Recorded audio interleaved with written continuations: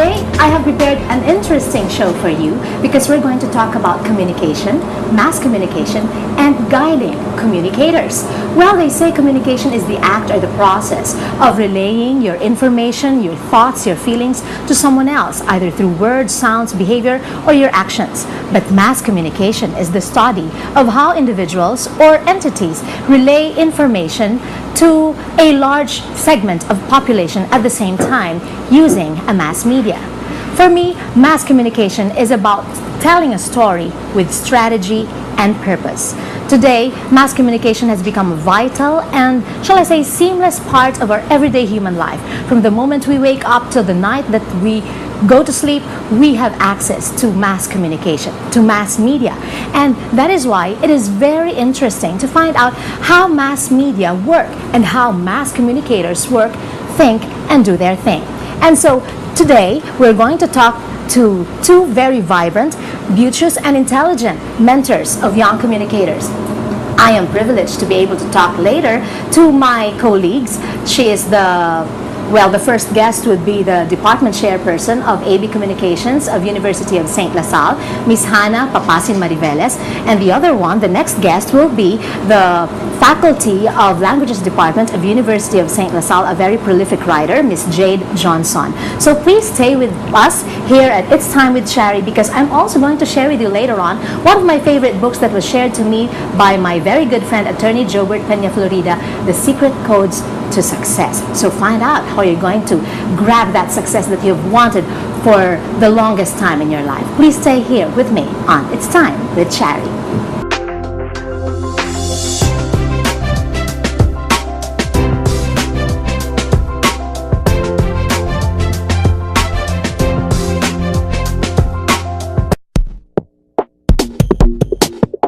Helping the kids out of their coats, the way the babies haven't been born.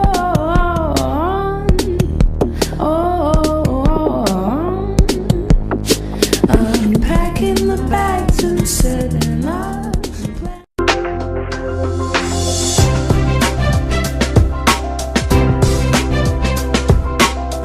You're watching It's Time with Charie, and I'm now with Miss Hannah Papasin Mariveles. Hi, Hannah. Hello. Welcome to It's Time with Charie. Yes. Thank you for inviting Oh, please use your microphone here. Mandabongin nga salamat sa imong imbitasyon. Yes, and thank you for accepting. No? My and pleasure. Yes, and of course, we also have with us here on the set Miss Jade Snow Johnson. Hi, Jade. Jade has a Hello. mic. Yes, you have a mic, Jade.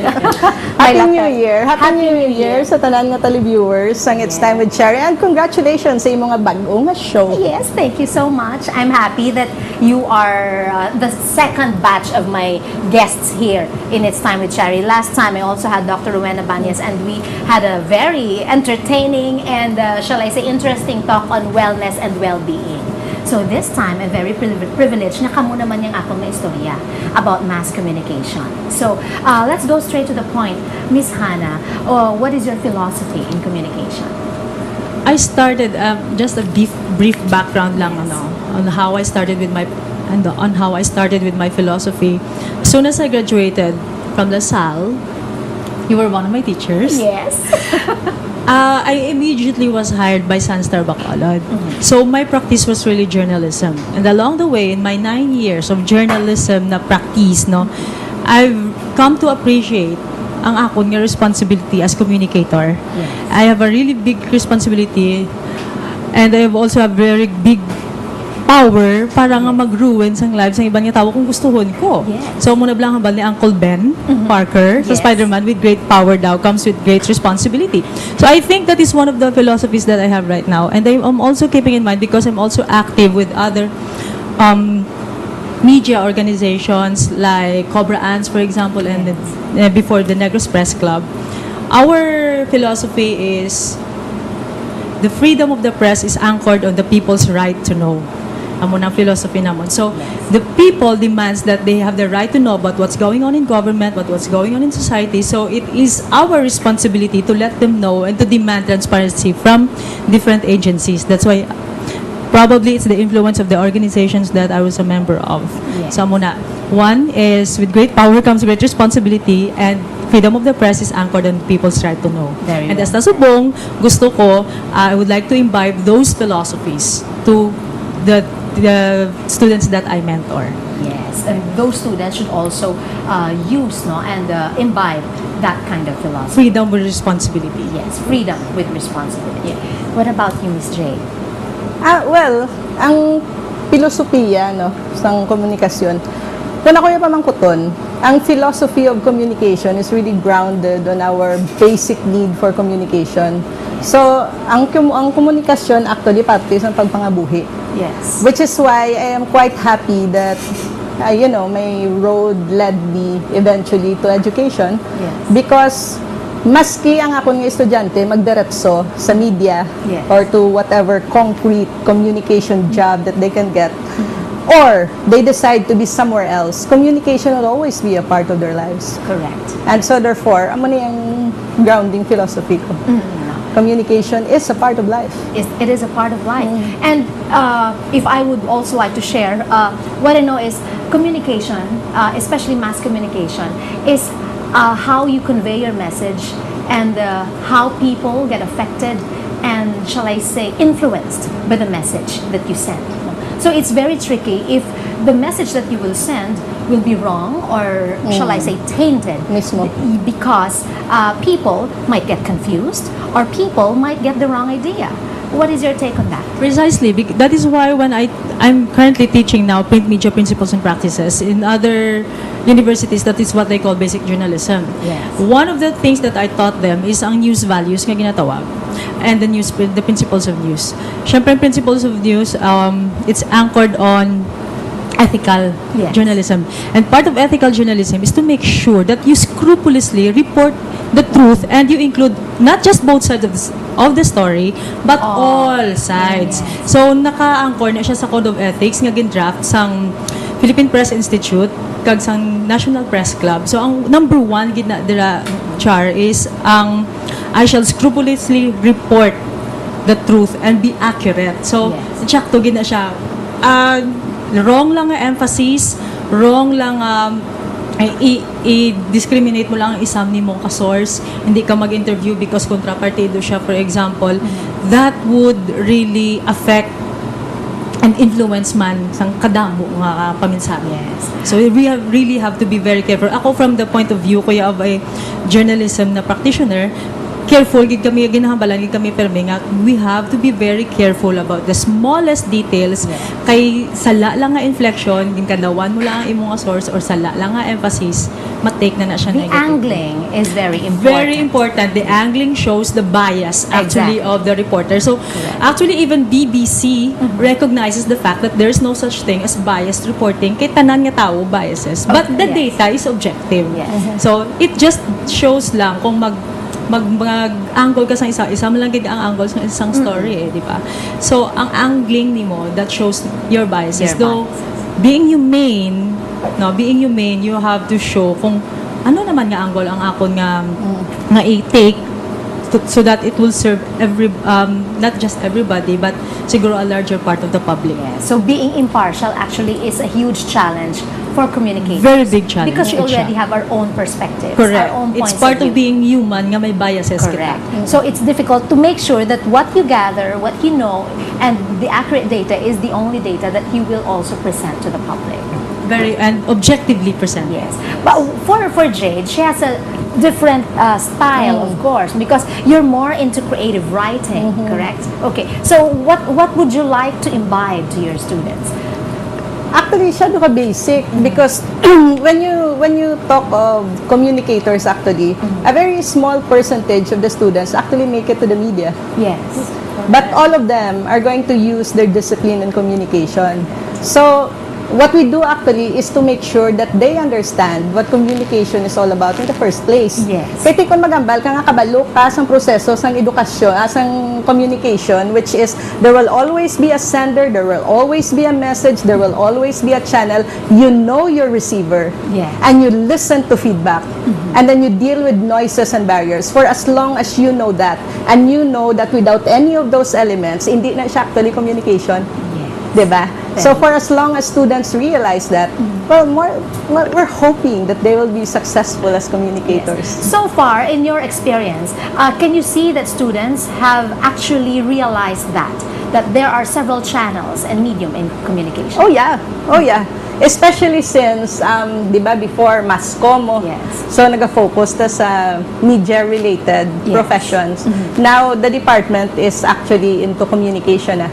And we are already thinking because Ched told us nga dapat i-open na ang departamento para i-akomodar ang other areas of communication. And so therefore, we are already teaching them in terms of corporate communication, using communication for whatever fields that you may be into in the future. Kadamo-damo na actually sang areas nga nag-open up Yes. for use in terms of communication. In media practice, Hannah, have you also noticed that the students that we have in University of St. LaSalle are starting to realize and appreciate the responsibilities of a communicator? That is a very difficult question to answer because only a very small percentage, actually like what Miss Jade said, Yeah. only a very small percentage enters the media. For me, personally, to be objective about it, they are equipped. Okay, they are equipped. That's a term that I want to use. They are equipped by the curriculum Yes. to be prepared. Okay, the curriculum has been revised almost every year. It has been revised in order to fit the needs of the industry. So they have ethics, Yes. they have theater and Miss J, they have broadcasting, and then they have basic journalism, they have advanced journalism even. But the thing is, after like any other typical student siguro, our communication students sometimes need more than this. Yes. Than things that they have learned in the four corners of the classroom. They need more than that in order to survive outside.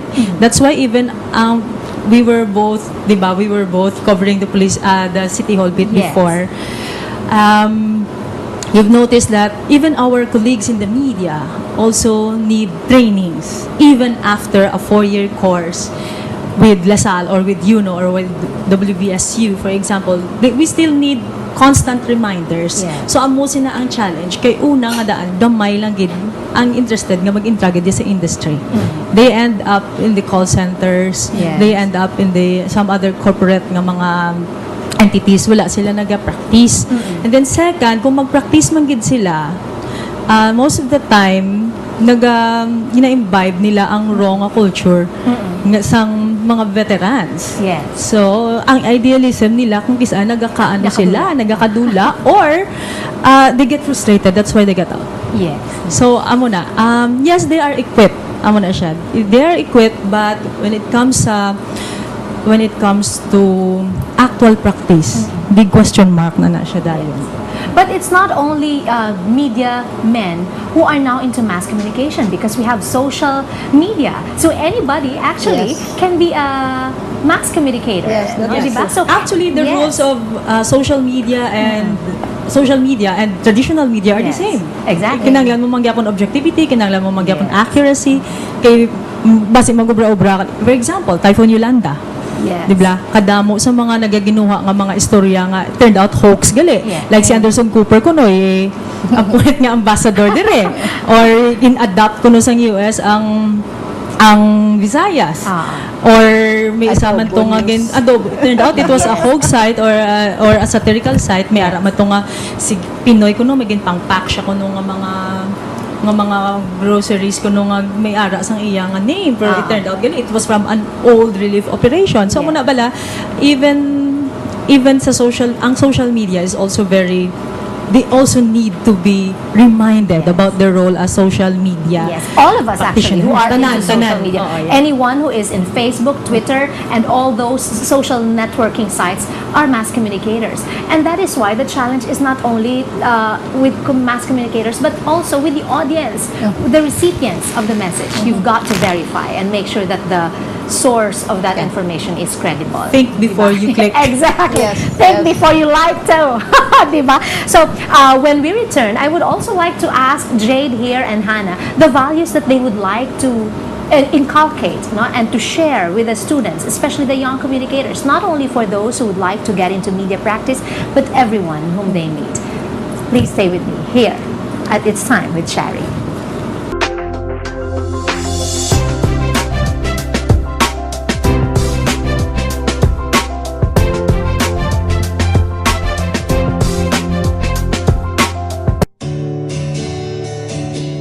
Since 1960, USI Credit and Finance Corporation, trusted for fast and personalized service.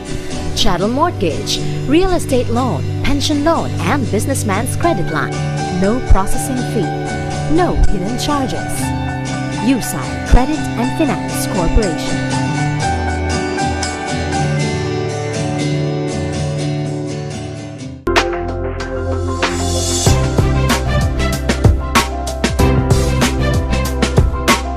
Welcome back. I'm your host, Charie Elon. Before I proceed with my guests here, Hannah and Jade Snow, I would like to share with you the quote from Plato that says, "Wise men talk because they have something to say, fools talk because they have to say something." Hannah, what are the values that you would like to share with the students who are actually communicators already? First of all, they have to be critical thinkers. Meaning, when they see something, or when they hear something, or when they read about something, they have to know the context first so that they would be able to form informed opinions. So dapat, critical thinker sila. Second is to be humane.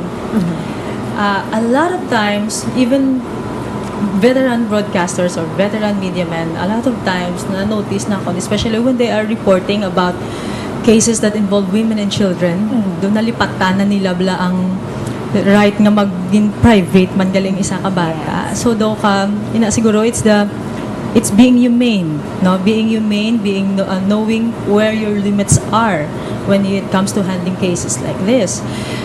Another is honesty. Syempre, we are in an industry where truth telling is really very important. Yes.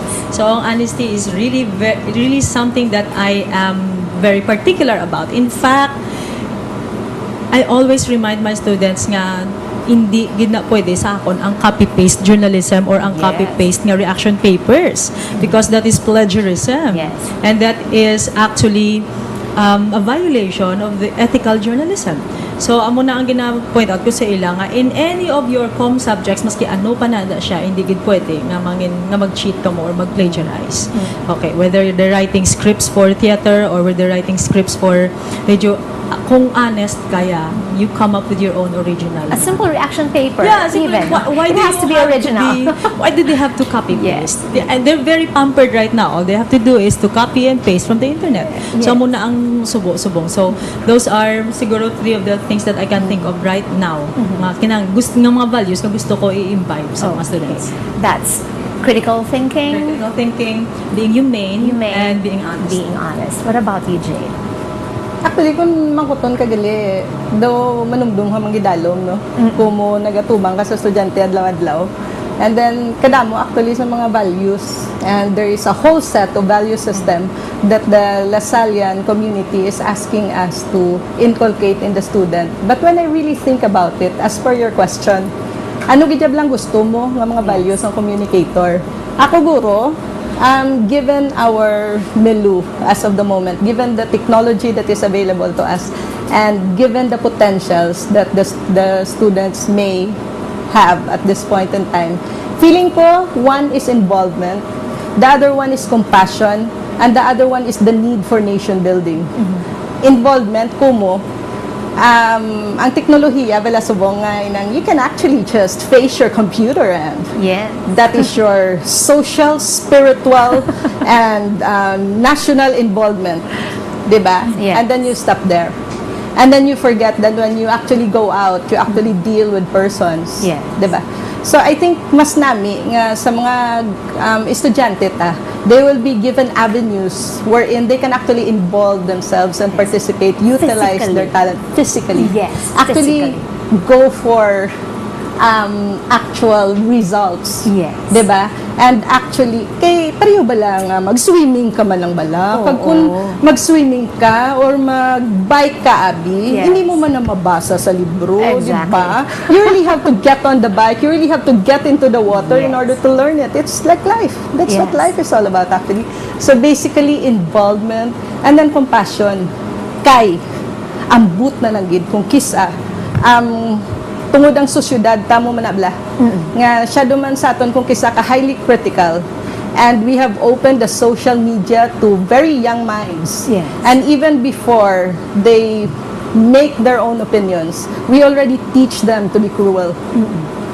And I feel that that shouldn't be, because you will have to give importance to the humanity of persons, and so therefore you will have to be compassionate in the way that you conduct your lives. Yes. And you will have to learn that in the classroom, because that is not automatic learning like honesty. It has Yes. got to be taught. Yes.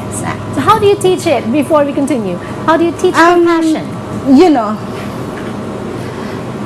it's very hard, but our teachers cannot do that for everybody, diba?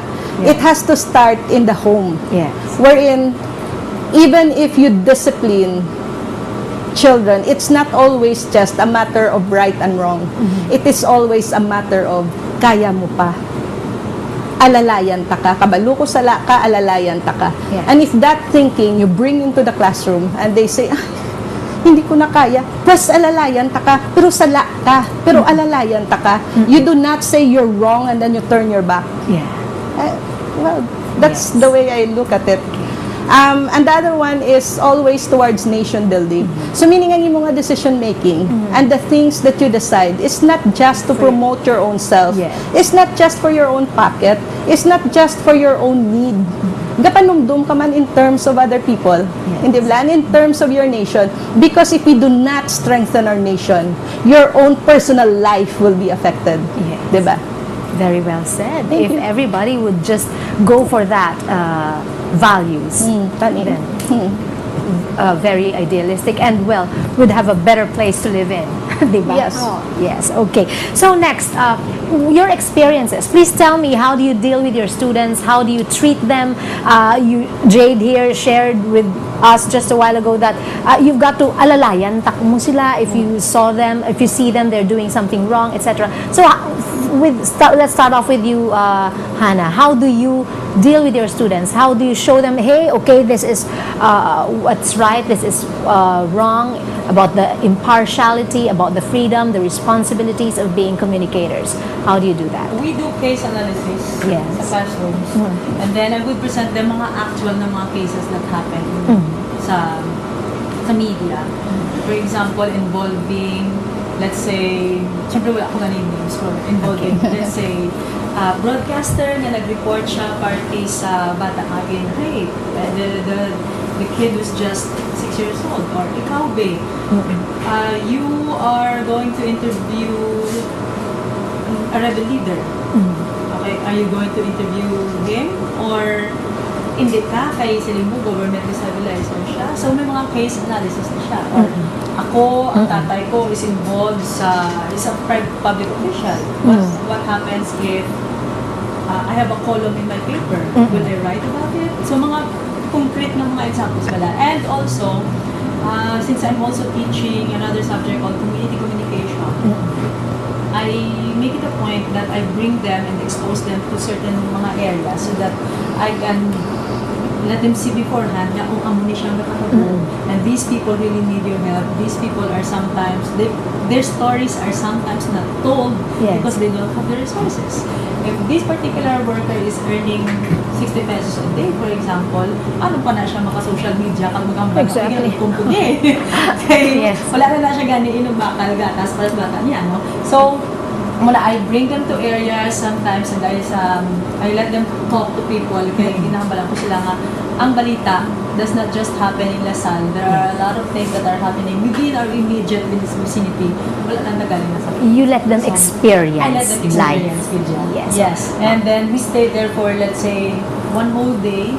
Talk lang sila sa mga workers or talk lang sila sa mga people sa community Yes. para nga ma-share. And then they have these realizations na ay hala, nga dapat galing sila ng dapat ituligan or dapat I have to be have to be a little less selfish, na hindi ko dapat mag-feel sorry because wala akong nakabakal sa bagong iPhone.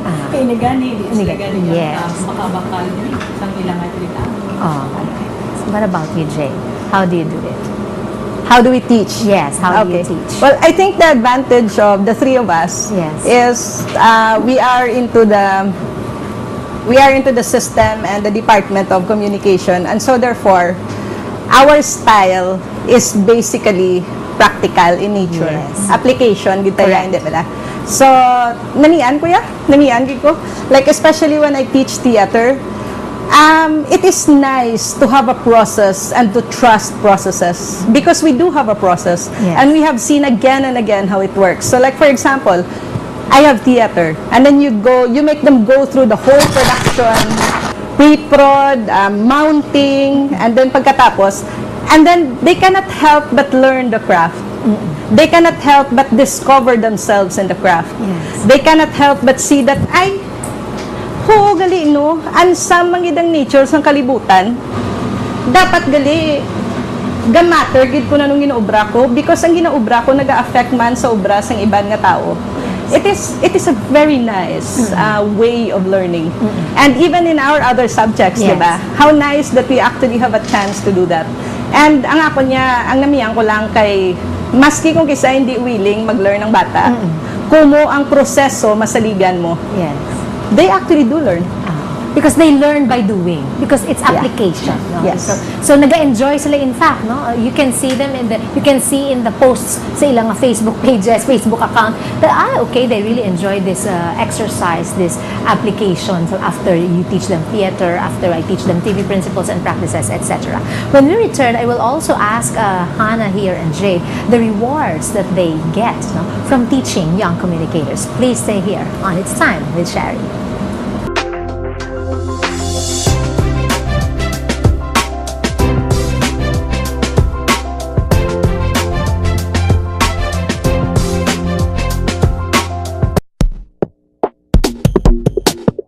Helping the kids out of their coats, the way the babies haven't been born.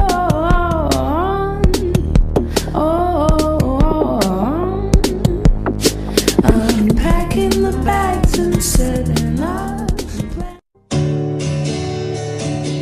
Since 1960, USI Credit and Finance Corporation, trusted for fast and personalized service. Chattel Mortgage, real estate loan, pension loan, and businessman's credit line. No processing fee. No hidden charges. USI Credit and Finance Corporation.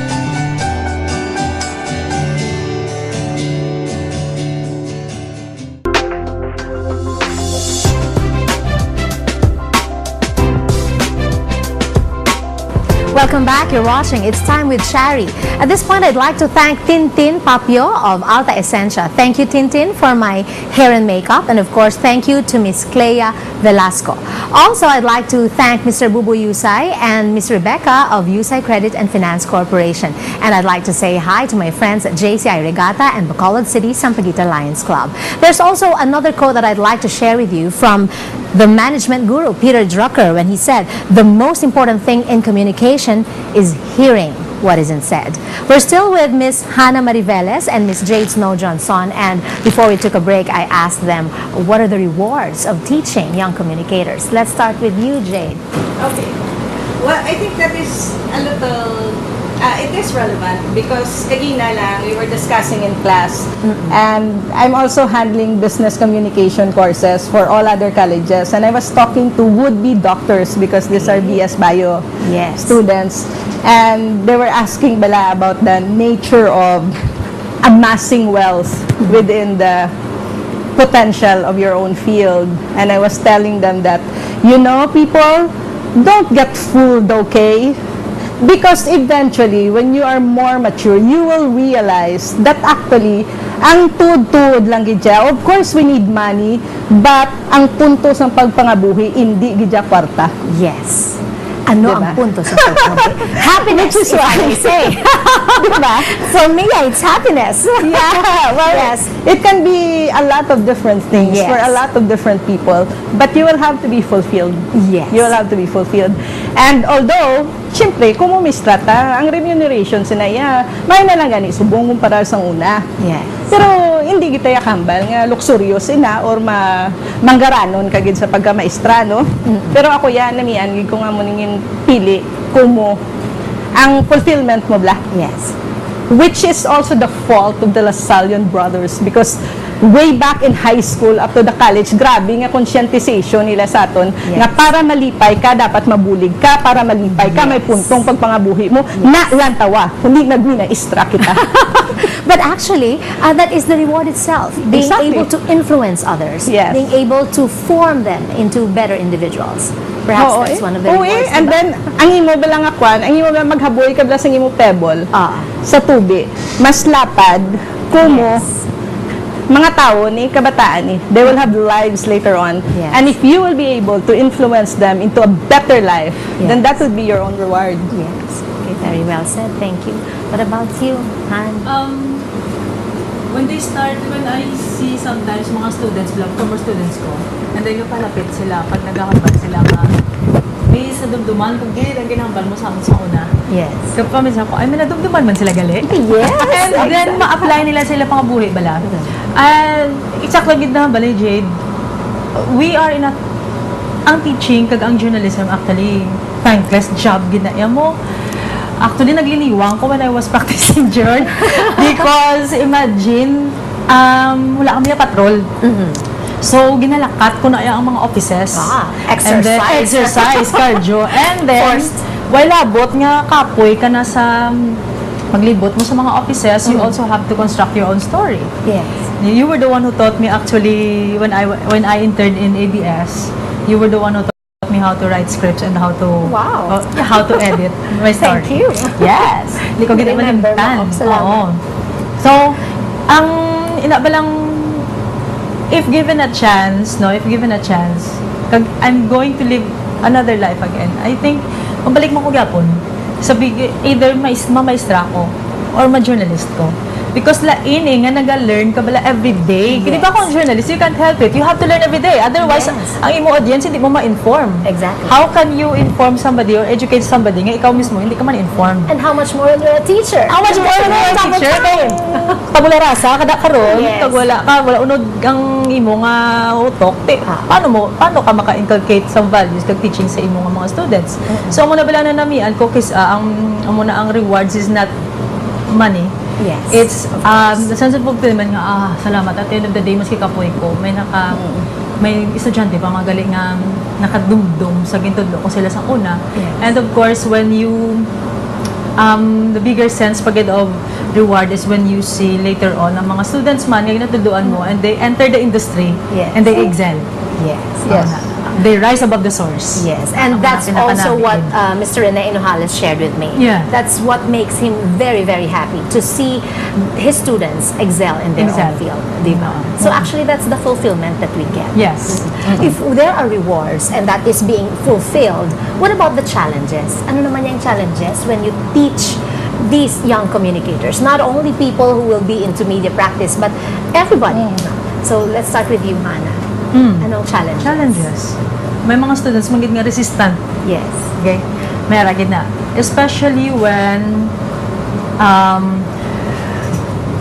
ako from the point of view from the point of view of a department chair when we start screening students, for instance, and they don't know anything about what mass comm is all about. Yeah. They don't know what the media industry is all about. They enter mass comm because they like to dance. They enter mass comm because they like to sing. They should have That's what joined performing arts. Precisely. Ang muna ang isa sa mga challenges. Another challenge is then they are I'm talking not just about the mass comm people, but I'm also talking about everybody. This is a very pampered generation. Sa una kung nadumduman ko mag-research kami sa una. I have to go to the library and I have to open all these books. Yes. Subong yan sa time ni Lizo sa mula ka-click, na ng answers. Correct. Galing ang challenge naman sa ining generation is it's 99% garbage, 1% na ganda mapuslan mo sa internet subong. Yes. But do we really need to know that Lindsay Lohan doesn't have any underwear when she's partying? No, of course not. Do we really need to know nga nagpa-pedicure ang tutoy ni Paris Hilton? Of course not, no? So, these are the amo na ang challenges subong because there's a lot of information out there. Ang students naton wala sila kabalo kung ano ang kwaon nila, kag kung ano i-absorb nila. So, sometimes garbage in, garbage out. Kung ano makuha nila, mo man ang ihabad nila, no? So, those are the challenges. And then, of course, like I've mentioned before, there are students who are really very resistant to teaching. Ngayon, ablang, they have this attitude nga, pasulod ko ya, I'm in a very expensive school. Ano pagid ba yung gusto ko? So, may kwarta man yung ginikanan ko. So, I don't need to be there every meeting. Eh, pwede man lang yung... I can always catch up. I can always catch up. So, very, very difficult na nga magtudlo ka sa mga amuning ang klase ng mga students. So the challenge is to make them inspired. To motivate them, Yes. to make them realize nga there are even other students nga wala gani inupite kung nga ang gasulod yapon. Yes. Yeah. Because they have the desire love to learn. Yes. What about you, Jade? Anong challenges? Kadalong gid. Kadalong sang challenges that we are facing now as teachers during this particular time. For one, in the Philippines, if you're a teacher, you will have to face the culture of poverty. No matter how much we have, no matter how many nouveau rich we have, because parents are already going out of the country and become OFWs to send their children into better schools. But still, the sentiment is always pangita ka sang kurso nga magmanggaranon ka sa ulihi. Diba? And so therefore, these kids, ang kungkisana, ang style sina is agwantahon pa lang anay, elementary, high school, public ka. Okay? So pag college mo, palasal ka lang. Kaya mo na yung importante, nga pag-graduate mo, ang imo yung diploma, halin sa lasal. Puti ang preparedness ng kabataan when they come in. And ang ilang intention, which is to get an education that will get them work abroad. Grabe, ginaya. That is so prevalent. Yes. That sometimes, as a teacher, doon di mo kaya i-surpass. Ngayon na lang, ma-fall ka na lang into the mold of equipping them so that when they go out, they actually succeed in whatever it is that they want. Yes. But it is very personal. And so therefore, hindi na nato yung nation building ta. Kung ang culture of poverty, gyapon, ang nagadala sa aton, nga nagadictate nga, kinanglan i-equip mo anay lawas mo, survival, personal survival, doon mo lang giniya permi. That's one. The other thing is also, was pointed out very well by Direct Peke before when he wrote something about us educating our children in order to be into the service of other countries. So meaning, gina-edukata sila sa buong, gina-shift out human resource. We do not develop artists. We do not develop philosophers. And we think that if they become artists and philosophers, then they are actually wasting their time because they will not have money. But actually, that's not what's important. You're wrong because the philosophers and the artists, they are the one who takes care of the soul of the community. Yes, exactly. Diba? Diba na, grabe ang challenges. The challenge also is, magkakita ka bala college student nga actually has the mind of a grade 6. No, you know, sometimes I could not imagine how they have passed high school and become, college students nga. Those things, no? Siguro that is also a challenge for us. No, paano ni sila ma-help nga, okay, please, rise. Actually, that's a very valid nga observation, no? Because we were both from languages department and that is also our sentiment nga do ka-unfair man. Yes. Nga you are expecting us to correct the grammar of these students nga na-fossilize na naya. Meaning, it's an indictment of how poor our primary or basic education is. Na, syempre, kung sa public schools, I really do not want to say anything bad about the public school system, but everybody knows how bad it is. Especially kung sa first year, section 23 ka, paano ka matatapan? Diba? So it's an indictment of how poor the education system is. Nga hindi ka maka-form sa students who can communicate well. Yes. And then we end up, kita sa tertiary education, we end up with having students nga hindi ka maka-string sentences together. Yes. I can forgive grammatical lapses. What I cannot forgive is these students treat English as an alien language, Yes. as Greek, or as Martian language. Okay. Hindi sila kabalo what English looks like. Yes. So, amo na ang isa ka challenge. You're correct. Amo na isa ka challenge because we can only do so much. Yes. Okay, we can only teach them we can only teach them so much sa college level. Pero dapat ang basic education niya is strengthened. Yes. For my part, I really encourage my students to read. No? There are times that I really require them, Yes. okay, you read this book and then you tell it to the class so that I would know if they really have understood what they have read. Because if they continue to read, and at least they will improve their skills in communication. No? So, but apart from that, if you have rewards, you have challenges, what about you? How do you prepare yourself? How do you equip yourself to face these challenges and to remain motivated and inspired to touch lives of these students and be better communicators in the future? Hannah, how do you prepare yourself? Wala ako ginagawa na paminsaran. Every day! Because ina-take ko na for granted Because every meeting, actually, honestly ako, I would go to, the internet can be your friend, it can also be your enemy. Yes. But it can be my friend, especially when I would try to innovate. Because ang students subong, hindi na sila audio nga yes. They're not oral. They're visual. They're very visual. So kinahanglan mayara kada amo nga gasaot-saot sa imo nga PowerPoint presentation para malingaw sila. They have the attention span of a toddler. Actually. So mga kinahanglan, you have to be very innovative. But that is so sad if they have an attention span of a content is one toddler. thing. Content is one, di ba? Ang attention span sa toddler is only several seconds. Yes. Di makita mo na dami mga gamo-amo na nasa ila touchscreen nga. Out of the classroom. Yes. So, Ako no gadgets in the classroom. No gadgets, out. yes, Ako, correct. if you touch So, that, you're ako na out. siyang ako niya, how do I prepare? I have to make sure nga ang content ko is correct, syempre. And then also, it's not just content, it's not that just substance, it's also form. Yes. Both of them have to go together. So, substance and style. Ay, otherwise, kung waka nakatahong sa mga quotes from Plato and Socrates and Correct. Aristotle, pero hindi man nila nagyapon ma-absorb, mabore sila, tulugan kanila. So that's why every day it's a challenge. That's why when you ask the question, sila ko, hala, it's very difficult because every day ginapreparahan ko gidya, every meeting laing gidya ang preparasyon ko. I always do a lot of extensive research. Yes. I always do a lot of readings beforehand. Yes. I also read about mga online readings sa mga updates sa mga nagakalatabo because I teach journalism, so I have to read beforehand kung anong i-discuss ko sa ila. And I also have to practice critical thinking man. Yes. Para nga ang akon nga I can be a good model man sa ila. Yes. Muna. What about you, Jade?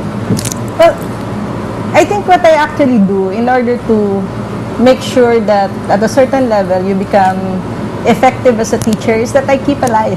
I keep a craft. And I talk to my children. Because when I keep interested in their lives, then I keep interested in the passion for educating youngsters. Kung mo may kabataan ka, kung mo ang realisasyon mo lang maski madula ka, sila ya bala mga buhi pa niya sa kalibutan. Yes. 'Di ba? And so therefore you have a responsibility to contribute.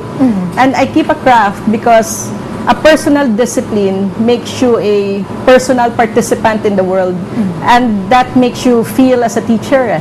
More than the subject matter that sometimes doesn't even change. Yes. Kaya like for example, if you're assigned a course in languages, how You memorize it already over the years. napiyungan mo. Bawa mo na bala, di ba? Yes, You just keep abreast so that you can put in newer examples. But it's Yes. basically that. Yes. It is more important actually to make sure that your passion is still there. Yes. Hindi ba? That you are still there for the right reason. Yes. Because it would have been unfair for the students if you are there because of reasons that is not aligned to their future. Yes, that's nice. organized. In my case, I make sure that it's interactive. Students get to interact, students get to share their experiences, and sometimes I inject personal, anecdotes that make them laugh, and then they open up to me and share their experiences. But you know what? Communicators should also have the right set of values, no? Because I'm into this, and just yesterday I talked to my mass comm class and I told them, have you noticed how we have shifted the importance and the morality, of the society? How I'm not sure if I'm judgmental or I'm just old-fashioned or what, but I have seen the little by little evolution of the change in mores, in morality, in the way we look at life. So how do we make sure that these young communicators still have the right set of attitude and values? Anong ihatag din nila? All about life, all about truth. But hey, what about if your truth is... It's become relative. Yeah, diba? It's relative. Yeah. So how do we go about this, Hannah? You mean ang changes? Yes, ang changes. Paano mo ba na-explain sa students mga, this is really what is right, this is what's wrong. But now society is beginning that the wrong is becoming right. Hey, two wrongs don't make a right, diba? So how do we address this problem? That's why for me it's really very important nga they keep a very critical or yet open mind about issues. Yes. Eh, diba? If for example, mag-go lang sila with the tide, kag maupod lang sila sa whatever is uso, Yes. kaya amo na ang ginhambal sa kalabanan, Correct. then what will become of them in the future? Makadto lang sila, maupod lang sila sa isa ka bagay, kay tungod kay amo na ang uso subong. Yes. But that doesn't make it right, diba? Yes. So amo nang ginaano ko gid sila, I want you to tolerate all beliefs. Okay? I want you to be very open about other people's beliefs and orientation and everything. But at the same time, syempre, you also have to make your own opinions about it. And you have to have a very strict moral na compass nga para mabalaan mo kung mag-gauge mo kung in-structure sa kung hindi. And they can only do that if they can think critically. And pag ma-decipher nila kung ano gid ang dapat kung ano hindi. And if they know that, they have also to be strong enough to stand up and say what is say true for them. something. Yes, diba? Hindi pwede nga hipos-hipos ka na lang kasi your role as media practitioner is not just simply to inform. Yes. You also have to make people think. You have to also provoke thinking. You also have to form your own opinions. Yes. Okay, wala na yung old school na sa unang role sa media practitioners nga dapat ma-report ka lang. Hindi so, pwede. may commentaries. And if you think that this particular situation is wrong, morally reprehensible Yes. siya, then you have to say something. You form But public you have to opinion. say it in such a way nga hindi ka man mag-offensive ang tao. Of course. Yes. Jade, what about you?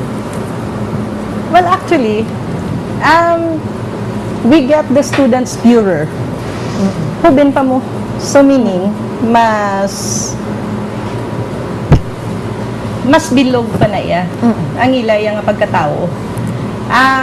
What we can actually do is to show them how important it is to keep your own purity in the process of living a life later on. However, ang akon lang yung pinaka-challenge nga makita gida is ang kung sa sulod balay mo bla, kung ang ginikanan are not there to actually show them how to be real human beings. Kung kisang istilahan really cannot give it to them. Yes. Amo lang nagaling ang pinaka-challenge da. So kung ang pamangkot mo is paano ta ka make sure nga ang kabataan ni mangin moral sa ulihi. Correct. Especially since naga-shift ang definition sa morality. Yes. Then I think budlay ba? Basi kinang lang guro maluhod na lang tanang mga muyo. But well, it can be done, di ba? Yeah. The power of prayer. Oh, di ba? Well, sakto na, no? So it starts in the home. Dapat dira, no? But well, we don't forget our obligation, our responsibility to remind students of this, no? Okay, so we will pause for a break, but before that, I'd like to share this quote with you from Zig Ziglar. You never know when a moment and a few sincere words can have an impact on a life. Please stay with me here on It's Time with Charie.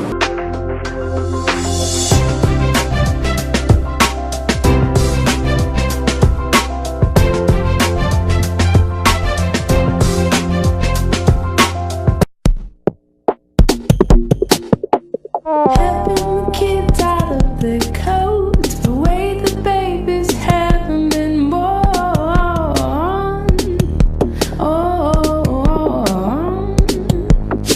Unpacking the bags and setting up. Since 1960, USI Credit and Finance Corporation, trusted for fast and personalized service. Chattel Mortgage, real estate loan, pension loan, and businessman's credit line. No processing fee, no hidden charges. USI Credit and Finance Corporation.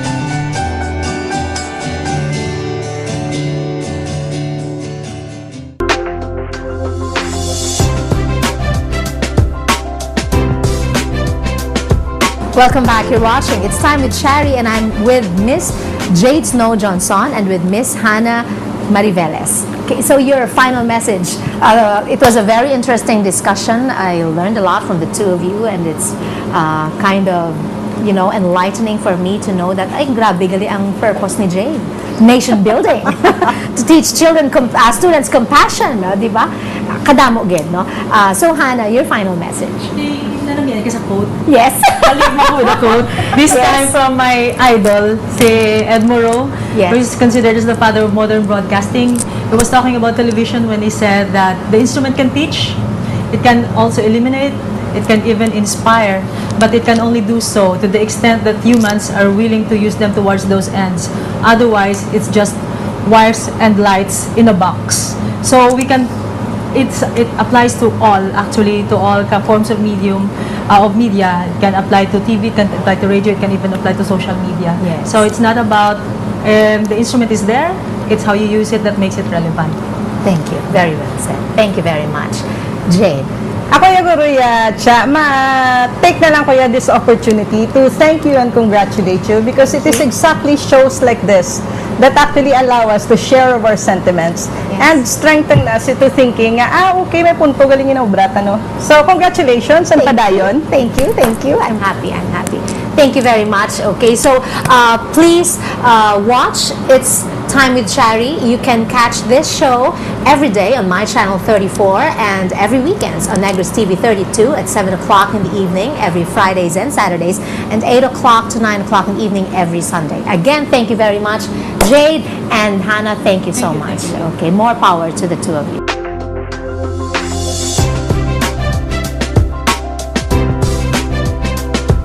It was a very interesting conversation with Miss Jade Snow and Miss Hannah Mariveles, and this time I'm going to share with you, as promised, the book that Attorney Jobert Peña Florida has shared with me. He has shared this book with me way back in year 2010, and I was at the low part of my life. I was at a crossroads, and this book helped me actually. And this book is entitled The Secret Code of Success by Noah St. John, and I'd like to share this with you because this book will actually help you realize two truths.